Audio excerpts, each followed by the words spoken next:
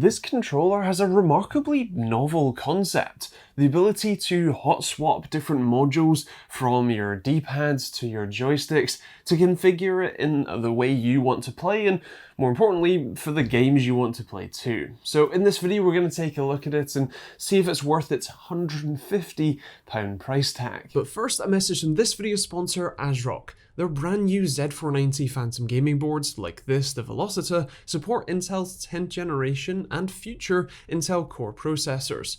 This board features 12-phase Dr. Moss power design, Phantom Gaming 2.5 gigabit Ethernet for up to 2.5 times the bandwidth, as well as Nahimic audio for a great 7.17 experience, and of course ASRock Polychrome Sync RGB for all your lighting needs. If you want to check out their Z490 boards, visit the link in the description below. Let's start with what this thing can do. Straight out of the box, you can remove the two joysticks and the D-pad modules to swap them around to basically any order you like, although I suspect the people who buy this will either leave them as they are until they pick up some of the extra modules, or they will swap the left D-pad and joystick to a more Xbox-friendly layout and again, pretty much leave them there. You don't need tools to remove the joysticks, you just pull them out as they're only held in by magnets, although the D-pad you will probably want to use the included puller tool as there's not really anywhere to grip the thing to pull it out. You've also got 4 extra buttons on the back which pretty much rest almost exactly where your fingers are when you hold the controller. You can also remove the triggers and the side grips for replacement ones if you pick up a set to switch to. Software-wise, you can use their Thrust Mapper tool to basically remap any of the buttons to any of the existing buttons on the controller, and you can also adjust the trigger dead zones as well as also adjust the vibration. With their module expansion packs, these are £25 optional extras that come with a number of extra modules and accessories. Now, there are a couple of different versions. There is the effectively just colored versions, like this silver one I have, or the yellow one you can get, which come with 2 joysticks,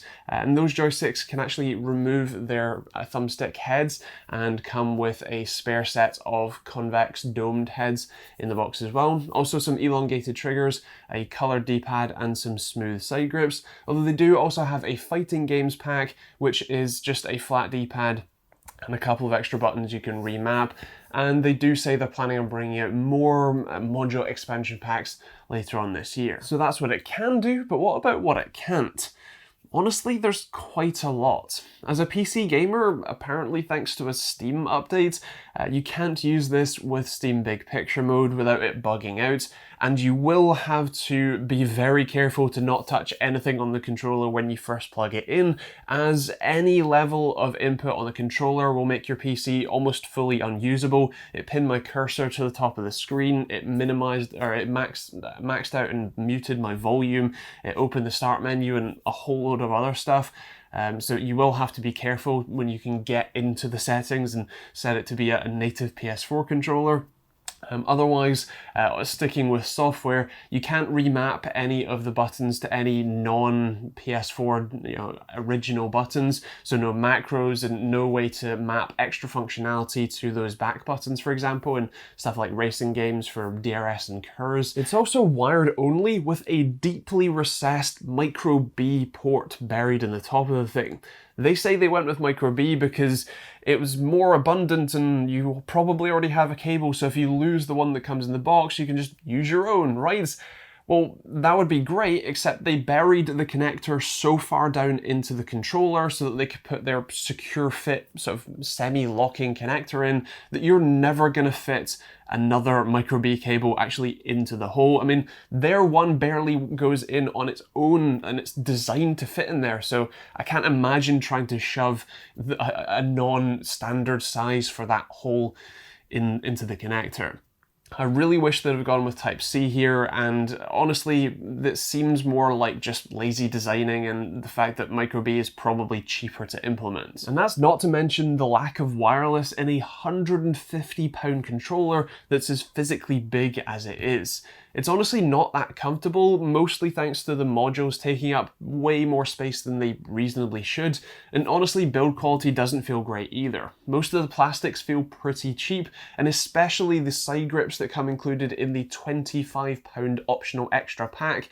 these feel incredibly, like, disgustingly cheap plastic. And while we're on topic of the expansion packs, remember I mentioned the joysticks have removable heads in that pack? Well, the joysticks that come in the controller, the black ones, they don't have that functionality. For £150, you don't get that functionality they've already designed and manufactured. No, instead that's held at ransom for an extra £25. When I asked them why they chose to do that, they gave me what can only be described as the most BS marketing excuse I've ever heard. They said they didn't want to alienate players who are used to the DualShock 4 design. In a controller that specifically advertises itself as being able to move the joystick from a PlayStation layout to an Xbox One. I don't like being lied to. Now at this point I'm just being picky, but the buttons they use for both the 4 on the back and the X, circle, triangle, square buttons, those are incredibly light.